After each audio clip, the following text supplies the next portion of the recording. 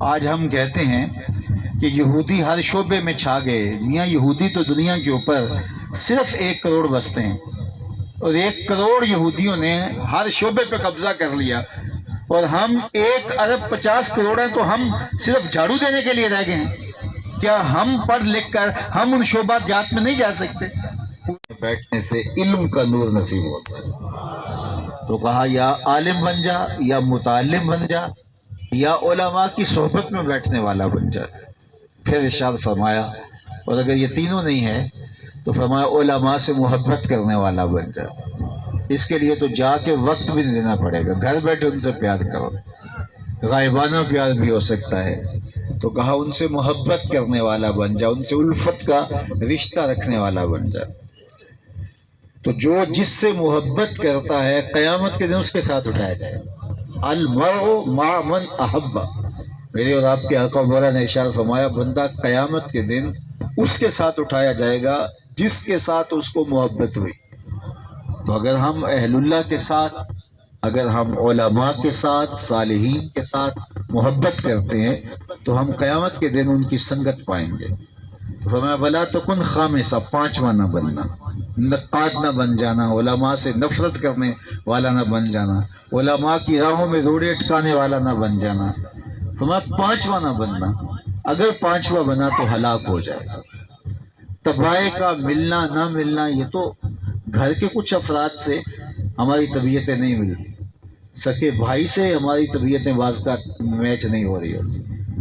اللہ نے انسانی طبع کے اندر تفاوت رکھا ہے تباہی کا. یہ تو کوئی بات نہیں ہے کسی سے طبیعت نہ ملے تو پھر اس کے خلاف کھڑے ہو جانا. تو تباہی کا اختلاف اپنی جگہ پہ, لیکن کسی کے علم کی وجہ سے اس کی قدر دانی, یہ ہمارا دین ہمیں سکھاتا ہے. تو اللہ جل شانہ ہمیں توفیق دے کہ ہم علم کی تحریک میں, جو اسلام کی تحریک ہے, اسلام تحریک علم ہے, اسلام دین علم ہے, اسلام میں اہمیت علم کی ہے, زندگی میں بھی اور انتقال کے بعد. جب احد کے موقع پر 70 صحابہ شہید ہوئے اور ان کی تدفین کا مرحلہ آیا تو آپ جانتے ہیں کہ پھر قبریں کھود کے ساتھ ساتھ دفن کرنے لگے. تو آقا کریم پوچھتے تھے کس کو قرآن کی آیتیں زیادہ یاد ہیں, تو جس کو زیادہ یاد ہوتی اس کو آگے دفن کرتے ہیں. مرنے کے بعد بھی ان کے علم کے اعتبار سے ان کی قبروں کو اور ان کی قبروں میں رکھنے کے انداز کو اختیار کیا گیا. تو ہمارا دین دین علم ہے. علم کی قدردانی ہمیں مرتبہ کمال تک پہنچائے گی. آج دنیا جو ہم سے آگے بڑھ گئی ہے, آج مغرب اور دیگر علوم و فنون میں ہم سے آگے بڑھ گئے ہیں اور ترقی کی انہوں نے جن منازل پہ قدم رکھ لیا ہے, تو وہ اسی وجہ سے کہ انہوں نے محنت کی اور علم حاصل کیا اور ہم علم کے تارک ہو گئے. ایک زمانہ تھا کہ پیرس کی گلیوں میں کیچڑ تھا اور بغداد عروس البلاد کہلاتا تھا.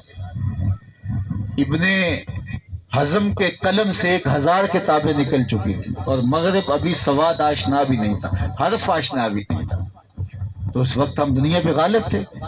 پھر آج ہم کہاں کھڑے ہیں اور ان کی جامعات, ان کی دانشگاہیں, ان کے ادارے عصری علوم میں ہی صحیح تو بہت آگے چلے گئے اور ہمارا دینی علوم بھی سکڑ گیا. اور آج ہم دیکھیں ہم کس جگہ پہ کھڑے ہیں. تو جب تک ہم علوم میں ان کو مات نہیں دے دیتے ہم غالب نہیں ان پر آ سکتے. روز مسائل ہیں, کبھی وہ ہمیں کوئی کچوکا لگاتے ہیں, کبھی کوئی زخم دیتے ہیں, کبھی ہمارے بچے کاٹ رہے ہوتے ہیں, کبھی ہماری خواتین کی آبرو ریزی ہو رہی ہوتی ہے. کشمیر میں, فلسطین میں, دنیا کے مختلف کونوں کے اندر کبھی ڈیزی کٹر بمبوں کے ساتھ ہمارے لوگوں کو توڑ دیا جاتا ہے, ہڈیاں پیس دی جاتی ہیں. گوانٹا ناموبے کے جیل خانوں سے لے کر کے شتیلا اور صابرہ کے کیمپوں تک ظلم اور جبر کی داستانیں رقم ہوتی ہیں. پھر کبھی ہمارے پیغمبر کے خاکے تراش کر کے ہمارے دل اور کلیجے زخمی کیے جاتے ہیں. تو یہ کیوں ہوتا ہے؟ اس لیے کہ ہم کمزور ہیں اور کمزوروں کے ساتھ یہ ہوتا ہے. اور ہم ان کا مقابلہ کس طرح کر سکیں گے کہ ہم اپنی نوجوان نسل کو علم کے نور سے اور عمل سے آراستہ کریں. ہماری دانشگاہیں, ہماری درسگاہیں, ہمارے دینی ادارے یہ بھی بڑے بڑے قابل لوگ پیدا کریں اور ہر میدان میں ہم ان لوگوں کا مقابلہ کر سکیں. اور یہ 2 4 10 15 20 سال کی کہانی نہیں, اس پہ صدیوں درکار ہے۔ کسی قوم کا تنزل راتوں رات نہیں ہوتا، ایسا نہیں ہوتا کوئی رات قوم عروج پہ تھی اور صبح ختم ہوگی، ایسے نہیں ہوا، ماضی میں کبھی بھی نہیں ہوا۔ قومیں جب تنزل پذیر ہوتی ہیں تو صدیاں لگتی ہیں، اور قومیں جب ترقی کی طرف جاتی ہیں تو تب بھی صدیاں لگتی ہیں، وقت لگتا ہے۔ تنے مردہ سے بیزار ہے حق، خدائے زندہ زندوں کا خدا ہے۔ جو کام کرنا نہیں جانتا، کام چور بن جاتا ہے، تو کبھی بھی جو ہے وہ اس کو کچھ نتیجہ نہیں ملتا۔ آج ہم عملی طور پہ کام چور ہیں، بعض اوقات ہم اپنا غصہ نکال کے سمجھتے ہیں ہم نے حق ادا کر دیا، اس سے حق ادا نہیں ہوتا۔ ہمیں ساری زندگی لگانی پڑے گی طلب علم میں، ساری زندگی لگانی پڑے گی تمام میدانوں اور شعبہ جات کے اندر ان سے آگے بڑھنے میں، تاکہ ہم ان کو کارنر کر سکیں۔ تو اگر ہم یہ بنیادی چیز جو کہ اسلام نے جہاں سے آغاز لیا، تو اگر اس میں ہی ہم کمزور ہوئے تو باقی شعبہ جات میں ہم کیسے جو ہے وہ آگے بڑھ سکیں گے؟ اس لیے ہمیں اپنی اولادوں کو عصری علوم بھی خوب پڑھانے چاہیے اور دینی علوم بھی خوب پڑھانے چاہیے، اور ان کی بہت خوب اچھی تربیت کرنی چاہیے ایک مسلمان بچے کی جس طرح تربیت ہوتی ہے، اور وہ اپنی زندگی کا ایک ایک لمحہ اسلام کی سربلندی کے لیے، اسلام کے فروغ کے لیے، اسلام کے بانکپن کے لیے صرف کر دے۔ ہم شاید نہ دیکھ سکے ہماری نسل اسلام کا غلبہ دیکھ سکیں، لیکن اگر ہم کچھ نہیں کر پائیں گے اور ہاتھ پہ ہاتھ دھر کے بیٹھ جائیں گے تو نتیجہ کچھ ہمارے ہاتھ میں نہیں آئے گا۔ جب اقبال نے رب سے شکوہ کیا تو لہجہ بڑا تلخ ہوا، صفائے دہر سے باطل کو مٹایا ہم نے، نو انسانی کو غلامی سے چھڑایا ہم نے، تیرے کعبے کو جبینوں سے بسایا ہم نے، تیرے قرآن کو سینوں سے لگایا ہم نے، پھر بھی ہم سے گلا ہے کہ وفادار نہیں، ہم وفادار نہیں، تو بھی تو دلدار نہیں۔ بڑا سخت لہجہ ہو گیا، لیکن جب جواب آیا تو سارا نشہ اتر جاتا ہے۔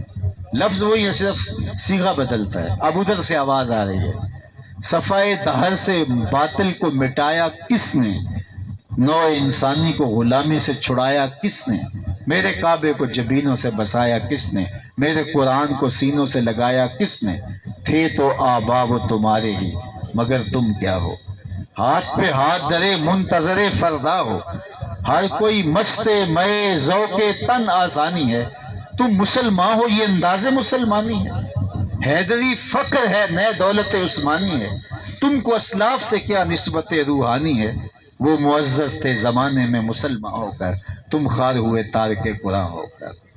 آج ہم اپنے عمل کو دیکھیں، آئینے میں منہ دیکھیں تو خود ہی شرم آئے گی۔ آج ہمارے ساتھ جو ہمارا دشمن کر رہا ہے اور ہمارے ساتھ ایسی گیمیں کھیل رہا ہے کہ ہمیں سمجھ نہیں آ رہی کہ کس طرح سے ہم استعمال ہو رہے ہیں اور کس طرح سے ہم باہم دست و گریبان ہو گئے۔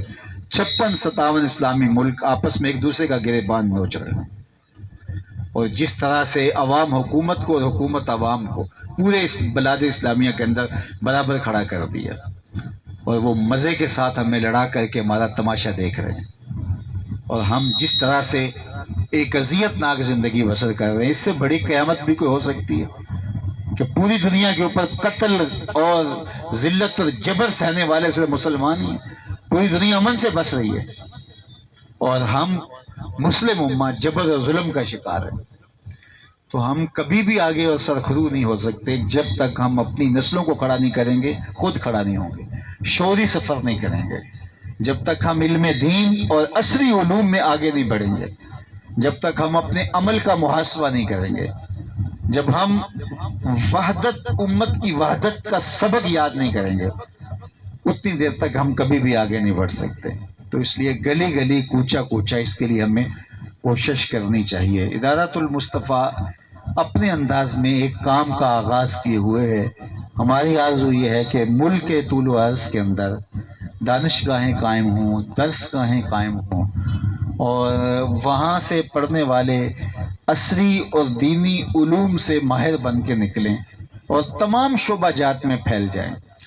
آج ہم کہتے ہیں کہ یہودی ہر شعبے میں چھا گئے، میاں یہودی تو دنیا کے اوپر صرف 1 کروڑ بستے ہیں، اور 1 کروڑ یہودیوں نے ہر شعبے پہ قبضہ کر لیا، اور ہم 1 ارب 50 کروڑ ہیں تو ہم صرف جھاڑو دینے کے لیے رہ گئے ہیں۔ کیا ہم پڑھ لکھ کر ہم ان شعبات جات میں نہیں جا سکتے؟ پوری دنیا کی تجارت پہ انہوں نے قبضہ کر لیا، پوری دنیا کے میڈیا پہ انہوں نے قبضہ کر لیا، پوری دنیا کی بحری نقل و رسد پر تقریباً جو ہے وہ 70% یہودیوں کا قبضہ ہے، 97% میڈیا پہ ان کا قبضہ ہے، جتنی بھی ملٹی نیشنل کمپنی ہیں ان پر یہودیوں کا قبضہ ہے۔ یہودی پوری دنیا کے اوپر 1 کروڑ ہیں اور ہم مسلمان 1 ارب 50 کروڑ ہے۔ تو کیا ہمارے بچے صرف کلرک بنیں گے؟ ہمارے بچے صرف جھاڑو دیں گے؟ ہم نے اپنے بچوں کو، اپنی نسلوں کو کیوں نہیں اٹھانا؟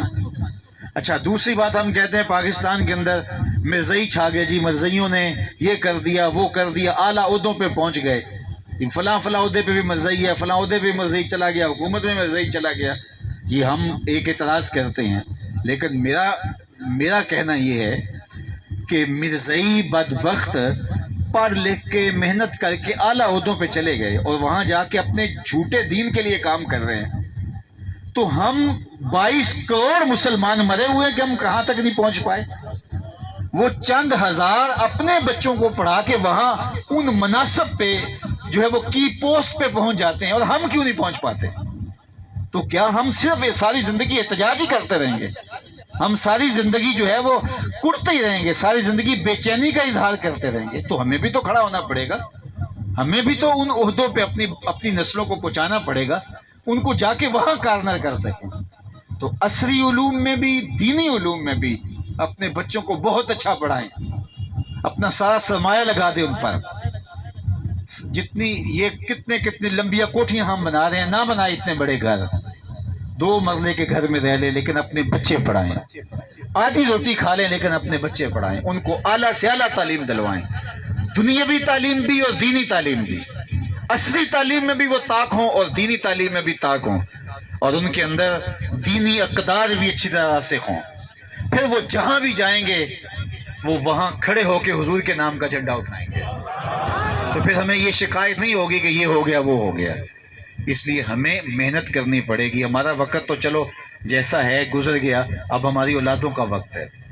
اپنی اولادوں کی جان اس سوشل میڈیا سے چھڑائیں، یہ صبح سے لے کر شام تک اس سے چمٹے رہتے ہیں، قیمتی وقت برباد کر رہے ہیں۔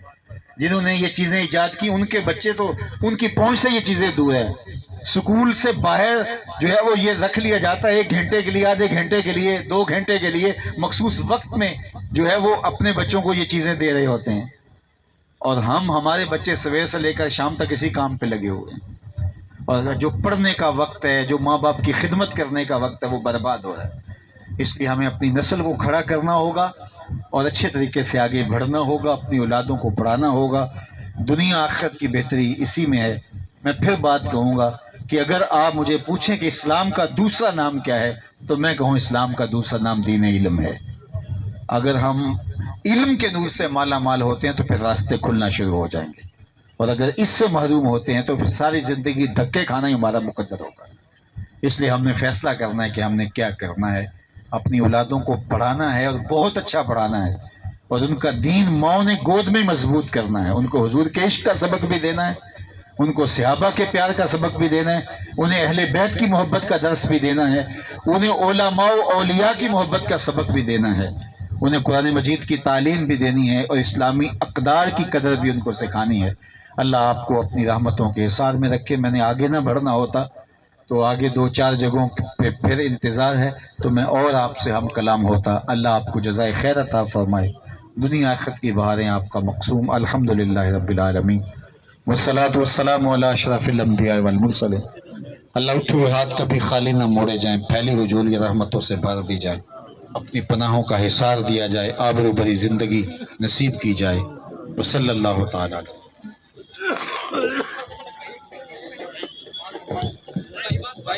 بھائی حضرت نے ابھی اینٹ رکھنی ہے، بات سنگ بنیاد ہے، تو ملاقات وغیرہ کا وقت نہیں ہے، رش ہے، آپ لوگ